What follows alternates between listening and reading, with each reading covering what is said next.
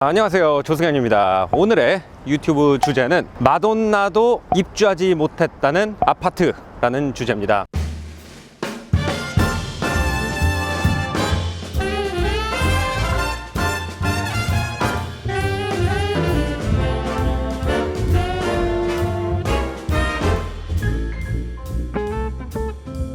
제가 지금 걷고 있는 곳이 센트럴파크 웨스트라는 길입니다. 여기가 센트럴파크고요, 이것이 바로 센트럴파크의 서쪽 변이에요. 뒤에 있는 까만 건물이 트럼프 인터내셔널 타워입니다. 지금 현 미국 대통령인 트럼프가 호텔 개발자일 때 지은 집이 되겠죠. 자, 이 센트럴파크 웨스트에는 굉장히 사교 클럽처럼 들어가기 힘든 그런 아파트들이 즐비하게 있는데 그 모양 자체가 성처럼 생겼습니다. 이런 쭉 아파트들 있죠. 심지어는 팝스타 마돈나도 입주가 불가능했을 정도로 콧대가 높고 아무나 받아주지 않는 아파트로 굉장히 유명하다고 합니다. 자, 근데 마돈나가 돈이 얼마나 많은데 내가 돈 있으면 아파트를 살 수 있지, 아파트를 못 산다는 게 무슨 뜻이냐, 이런 궁금증이 있는 분들 있을 수 있습니다. 뉴욕의 거주 제도인 코압이라는 제도를 갖다 조금 설명드릴 필요가 있을 것 같아요. 뉴욕의 아파트는 크게 두 가지로 나뉩니다. 코압이라는 형태가 있고 컨도미니엄이라는 형태가 있습니다. 컨도미니엄은 라틴어로 같이, 컨, 사는 곳 아니면 영토 이런 뜻을 가진 도미니엄을 붙인 거죠. 그래서 컨도, 우리도 콘도라고 부르는데 한국 콘도랑 좀 달라요. 뉴욕에서 콘도는 우리가 아파트라고 하는 거랑 굉장히 비슷합니다. 우리나라에서 흔히 말하는 이 아파트 내 거야, 이 오피스텔 내 거야 라고 할 때 말하는 내가 주인이 되는 거죠. 코압이라고 하는 것은 코오퍼레이티브, 공동 운영이라는 단어의 약자인데요, 내가 한 아파트의 오너가 아니고요, 그 빌딩의 지분을 내가 사는 거예요. 지분율이 얼마냐에 따라서 로얄층이냐, 센트럴파크가 보이는 쪽이냐 안 보이는 쪽이냐, 몇 평이냐 몇 층이냐, 이런 게 다 결정이 된다는 거죠. 코압 같은 경우에는 코업 보드라는 게 있어요. 그러니까 주주총회 같은 거죠. 주민들의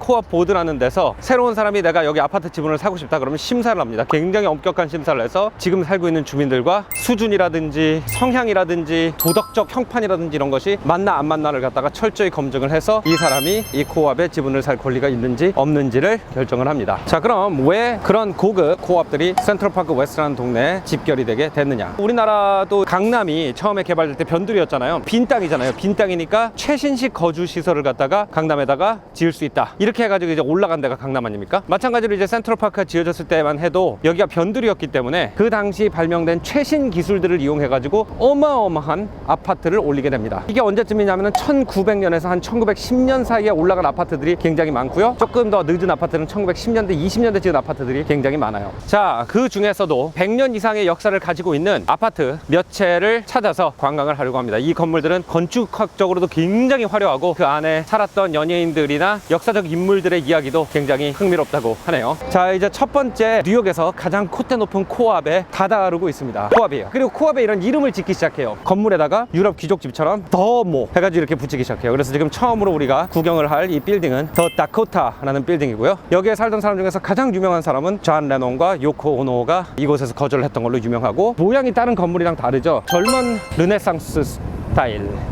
이라고 하더라고요. 진짜 독일 르네상스 시대 건물이 당연히 아니고요, 미국 사람들이 가지고 있는 판타지 속의 독일 르네상스 건물이 바로 이 다코타라는 건물입니다. 미국인들이 얼마나 유럽의 귀족 사회를 갖다 동경했는지를 볼 수 있는 게 지붕의 모양이라든지 발코니의 모양이라든지 창문을 갖다가 유럽식으로 지었지만 귀족을 동경하는 미국 부자들을 위해서 지어진 일종의 타워 팰러스다. 자, 다코타라는 건물 앞에 벤치에 앉아 있습니다. 영향력 있는 사람들이 살고 있기 때문에 딱 앞에 가보면 삼엄한 경비를 느낄 수가 있습니다. 어쨌든 이 건물은 1883년에 지은 걸로 제가 확인을 했고요, 독일 르네상스 스타일이에요. 이 건물 안 같은 경우에 4.6m 천정을 가지고 15m짜리의 갤러리라고 할 수 있는 정도의 복도를 가진 그런 공간을 갖다가 뉴욕에서 지금은 찾을 수가 없겠죠. 그렇기 때문에 이런 건물에 들어오기 위해서 애를 쓰는 거고, 코업보드에서 그렇게 갑질을 할 수 있는 것이 그런 이유 때문이라고 합니다. 여기가 아까 말씀드린 다코타고, 다코타에서 한 블락 걸어 올라가면 여기 굉장히 아름다운 입구를 가지고 있는 랑햄이라고 하는 아파트 건물이 있습니다. 이 랑햄이라는 아파트 같은 경우에는 누구나 알만한 사람들이 사는 그런 빌딩은 아니었는데, 저 빌딩이 유명해진 이유는 처음으로 건물 안에 냉동고가 있었다고 합니다. 볼 때는 유럽의 중세시대의 건물들을 갖다 그대로 복제해 놓은 그런 동네 같지만, 사실은 지금 우리가 즐기고 있는 여러 편의시설들을 갖다가 가장 먼저 개척한 그런 동네라고 할 수가 있어요. 센트럴파크 하면은 많은 사람들이 떠올리는 건물이 이 건물이죠.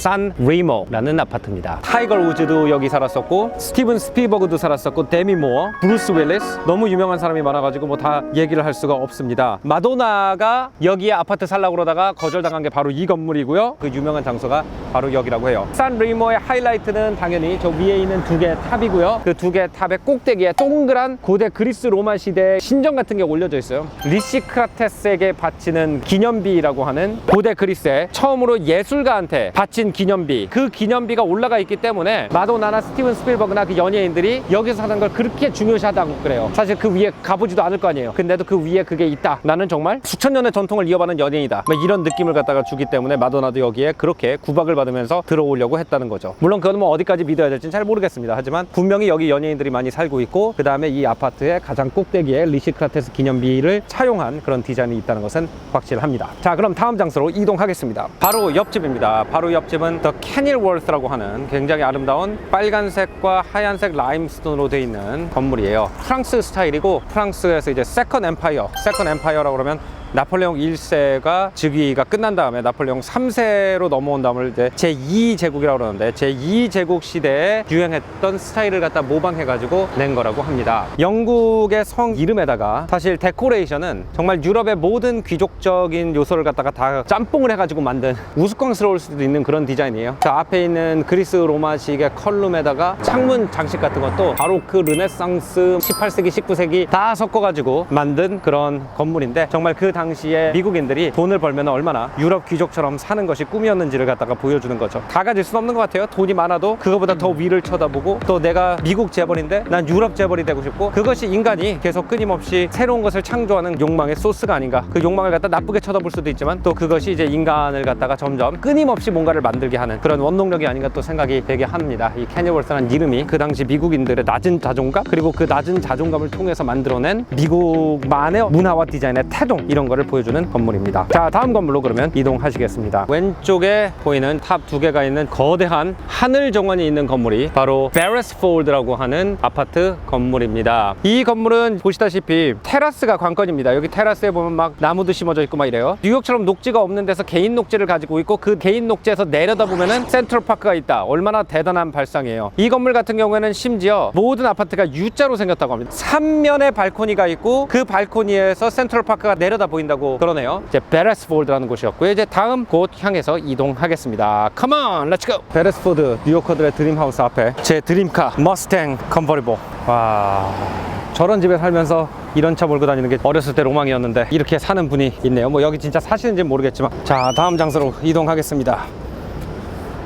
자, 센트럴파크 웨스트와 89번가에는 저 뒤에 굉장한 입구 보이시죠? 이 입구와 돔으로 유명한 세인 얼반이라고 하는 럭셔리 아파트 건물이 있습니다. 프랑스 아르데코 스타일을 갖다가 굉장히 그대로 재현해 놓은 약간 그런 건물인데, 일단 가운데 있는 두 개의 문은 부잣집에서 많이 사용하던 폴트 코시에라는 디자인입니다. 코시라는 것이 이제 프랑스어로, 영어로 코치죠. 마차라는 뜻이고, 폴트 코시에는 마차 문이라는 거죠. 그 다음에 이쪽 벽면에 보면은 굉장히 화려한 프랑스식의 데코레이션이 있고, 그 위에 저런 돔을 갖다가 위에다가 이제 얹은 거죠. 파리의 샹젤리제 한번 갔다 온 다음에 꽂혀가지고, 야, 미국의 샹젤리제를 만들어 보겠다 그래가지고 만든 건물이 바로 이 세인트 얼반이라는 건물이라고 합니다. 자, 이때부터 이 동네가 뜨기 시작하면서 북쪽으로는 조금 더 대중적인 집들이 많이 들어서기 시작해요. 저 가운데 있는 갈색 건물 같은 경우에 상당히 대중적인 건물이고, 이 오른쪽에 있는 건물도 상당히 대중적인 건물이죠. 그 오른쪽에 있는 엘도라도라는 건물이 있습니다. 이 엘도라도는 건물이 뭐냐면은 저 아래에 있는 건물하고 거의 비슷하게 생긴 건물이에요. 자, 보이시죠? 세인트 리모를 그대로 따서 만든 것 같은 그런 아파트를 갖다 여기다 지은 거죠. 72번가에서 시작해가지고 90번가 딱 18블락이거든요. 10분이면 걸을 수 있는 곳이고, 저쪽 길로 들어가가지고 그 암스테르담로나 컬럼버스로로 쭉 내려가면은 거기부터 맛집, 특히 베이글집 같은 거 굉장히 많거든요. 뉴욕 오리지널 베이글 딱 하나 드시고 지하철 타고 숙소로 복귀하면은 아침에 한 1시간 정도 볼 수 있는 코스가 됩니다. 자, 지금까지 마돈나도 살 수 없었던 집을 비롯한 콧대 높은 아파트들에 대해서 방송 진행했고요. 저는 여기서 인사드리겠습니다. 여러분, 다음에 뵈고요. 구독 꾹! Peace out. Goodbye. 안녕하세요, 조승현입니다. 조승현의 탐구 생활이 무려 구독자 2만을 런칭한 지 한 달 반 만에 돌파했습니다. 여러분 덕분이죠. 구독자 10,000명이 되면 이벤트를 하려고 했는데 2만 명이 돼버렸습니다. 그래서 구독자 2만 명 달성 이벤트로 바로 가야 될 것 같습니다. 제가 계속 구독자분들 그러니까 여러분 재미없잖아요. 여러분이 구독자 애칭에 대한 아이디어를 갖다 쫙 올려주시면 제일 마음에 드는 거 5개를 딱 추천해서 직접 사인하고 본인의 이름이 들어간 도서 5권, 제 최신작 시카다를 보내드리려고 합니다.